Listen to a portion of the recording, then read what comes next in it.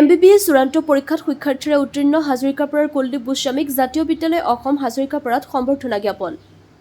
সদ্য ঘোষিত MBBS চূড়ান্ত পৰীক্ষাৰ ফলাফলত গুৱাহাটী চিকিৎসা মহাবিদ্যালয় হস্পিটেলৰ পৰা সফলতাৰে উত্তীৰ্ণ হ'বলৈ সক্ষম হৈছে দৰং জিলাৰ বৃহত্তৰ হাজৰিকাপাৰা অঞ্চলৰ ভাগৱতী সত্ৰৰ নিবাসী তপন কুমাৰ গোস্বামী আৰু ৰঞ্জুমণি দেৱীৰ একমাত্ৰ পুত্ৰ কুলদীপ গোস্বামী।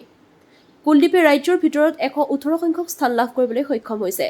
তদুপলক্ষে আজি জাতীয় বিদ্যালয় অসম হাজৰিকাপাৰাৰ প্ৰাক্তন ছাত্ৰ হিচাপে বিদ্যালয়ৰ প্ৰাংগণত বিদ্যালয়ৰ অধ্যক্ষ নগেন্দ্ৰনাথ ডেকাৰ সভাপতিত্বত অনুষ্ঠিত হোৱা এখন সভাত কুলদীপক সম্বৰ্ধনা জ্ঞাপন কৰা হয়।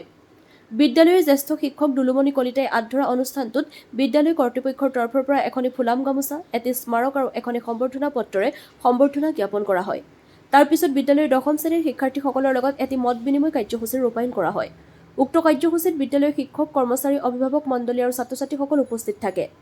উল্লেখযোগ্য যে তীক্ষ্ণ মেধাসম্পন্ন ছাত্ৰ কুলদীপৰ এই বৃহৎ সফলতাত বৃহত্তৰ হাজৰিকাপাৰা অঞ্চলত আনন্দৰ বন্যা বৈছে।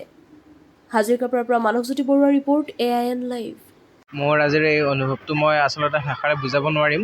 2011 চনত আহি মই এই বিদ্যালয়খনত নাম ভৰ্তি কৰিছিলোঁ। 2017 চনত মই এই বিদ্যালয়খনৰ পৰা মেট্ৰিক পাছ কৰিছিলোঁ আৰু আকৌ এবাৰ মই আজি 9 বছৰ পিছত আকৌ মই বিদ্যালয়খনক এনেদৰে কিবা এটা লাইফত কিবা এটা কৰি পেলাই মই আহিব পাৰিছোঁ। মোৰ যথেষ্ট সুখী।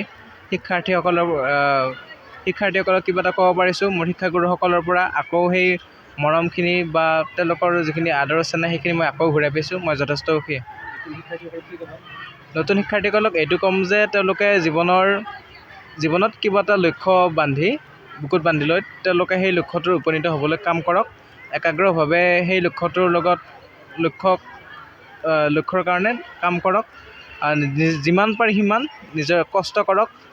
এইখিনিয়ে আমাৰ সম্পদ জাতিবিদ্যালয় অসম হাজৰিকাপাৰাৰ কুলদীপ গোস্বামী এটা সময়ত 2017 চনতেই সুখ্যাতিৰে উত্তীৰ্ণ হৈছিল আৰু আমি তেতিয়াই গম পাইছিলোঁ যে নিশ্চয় কুলদীপ গোস্বামী এজন ভাল ব্যক্তি হ'ব, ভাল এটা উচ্চপদস্থ পদবীলৈ গুচি যাব।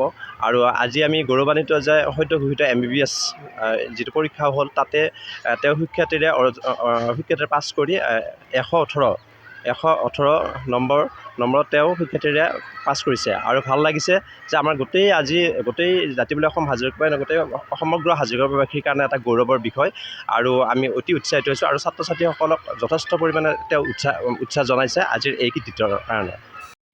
যিকোনো খবৰ বিজ্ঞাপনৰ বাবে যোগাযোগ কৰক 7896121996।